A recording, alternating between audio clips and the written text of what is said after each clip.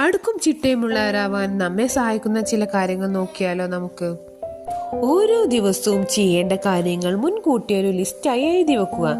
ഇത് നിങ്ങളുടെ ലക്ഷ്യങ്ങൾ കൃത്യമായി നടപ്പിലാക്കാൻ സഹായിക്കും.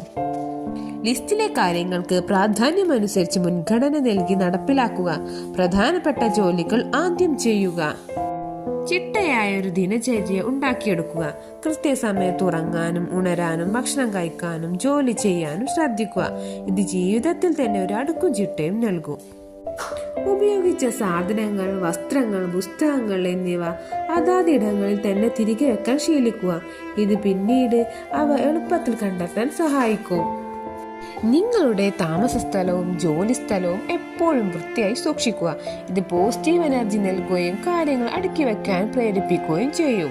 ഓരോ ജോലിക്കും ആവശ്യമായ സമയം മാത്രം നീക്കിവെക്കുക. അനാവശ്യമായ സമയം കളയുന്നത് ഒഴിവാക്കുക. ഒറ്റയടിക്ക് വലിയ കാര്യങ്ങൾ ചെയ്യാൻ ശ്രമിക്കാതെ ചെറിയ ലക്ഷ്യങ്ങൾ വെച്ച് ഓരോന്നോരോന്നായി നേടിയെടുക്കാൻ ശ്രമിക്കുക.